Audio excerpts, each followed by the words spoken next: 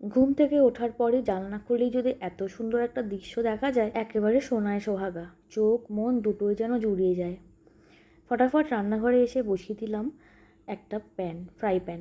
তার মধ্যে দিয়ে দিলাম একটুখানি সর্ষের তেল, আর তার মধ্যে কুচি কুচি করে কেটে রাখা আলু, পেঁয়াজ আর কাঁচা লঙ্কা।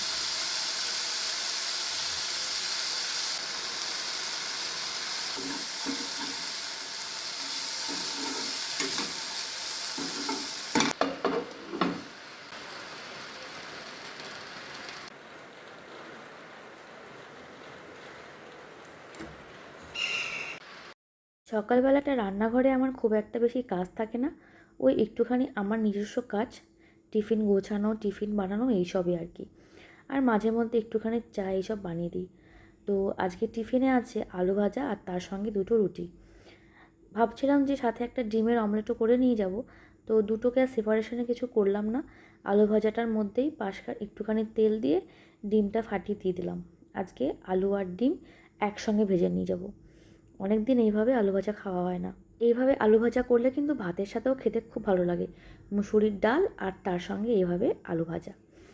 চলো, এইদিকে আমার আলুটাও ভাজা হয়ে গেছে, আর এরপর আমি ফটাফট টিফিনটাকে গুছিয়ে নিয়ে নিজেও ফ্রেশ হয়ে নেব। আর না, সবসময় একই রকম জিনিস খেতে পছন্দ করি না।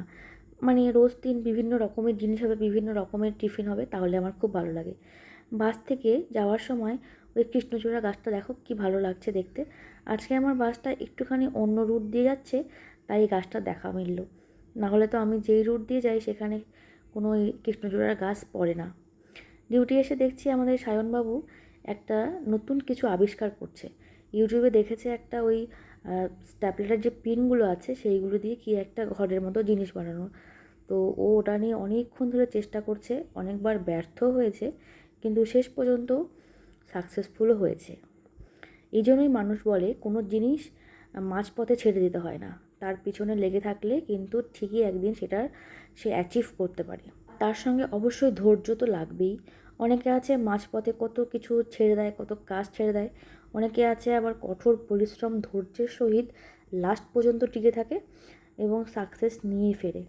তো আমাদের সায়নবাবু এদিকে সাকসেসফুল, লাস্ট পর্যন্ত সে পারফেক্টভাবে সেটা করতে পেরেছে।